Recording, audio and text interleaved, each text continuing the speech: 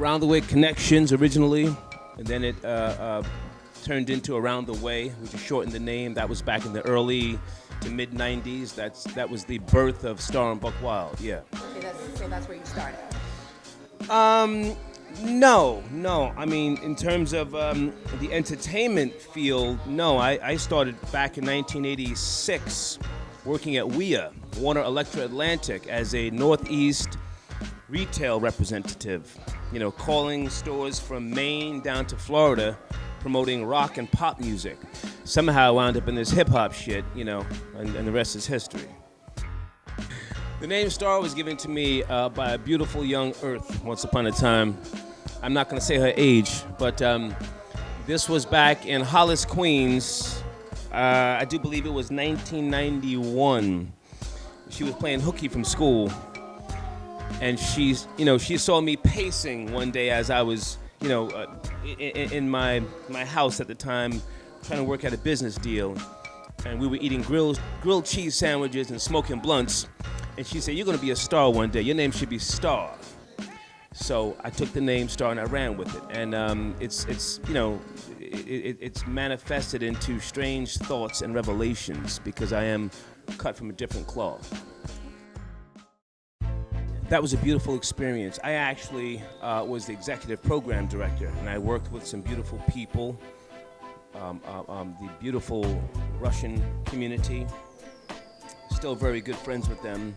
You know, we gave it a shot, but, not even 30 days into the launch of Pulse 87, I had a liver transplant. I was on the list for over a year. Finally got the call. I was really sick during that particular time. I almost checked out. Yeah, I almost checked out due to complications, but, thank God. There is no God, but, thank God. I'll just say that just out of respect. To the above that you are still here. No, there's nothing above. But anyway, I bounced back.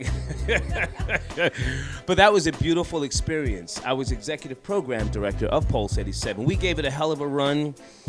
I'm very proud of that particular part of my radio journey.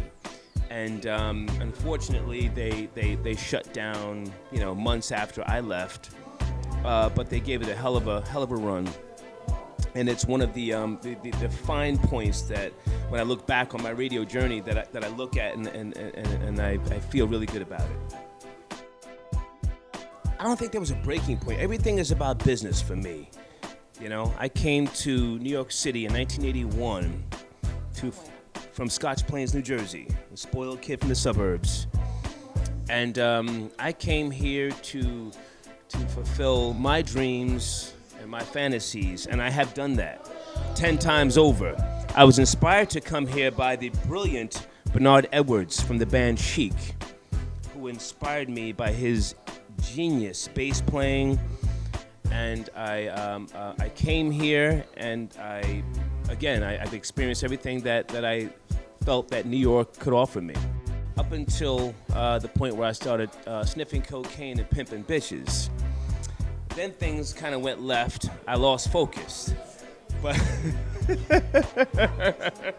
I mean, let's keep it real. Only here.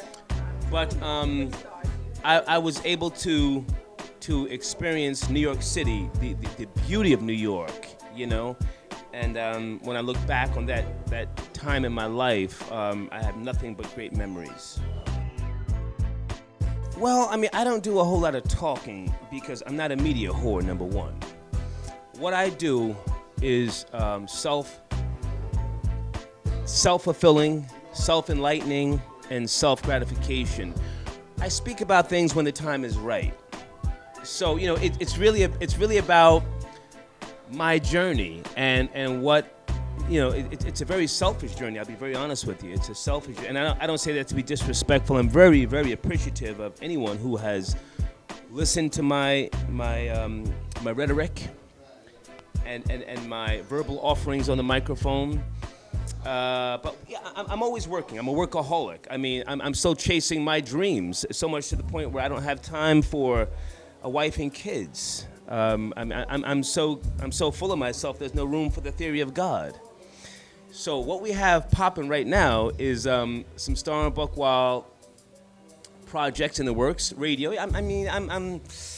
I'm doing radio again, not because I feel that I've left any rocks unturned, but because, you know, you motherfuckers won't leave me alone.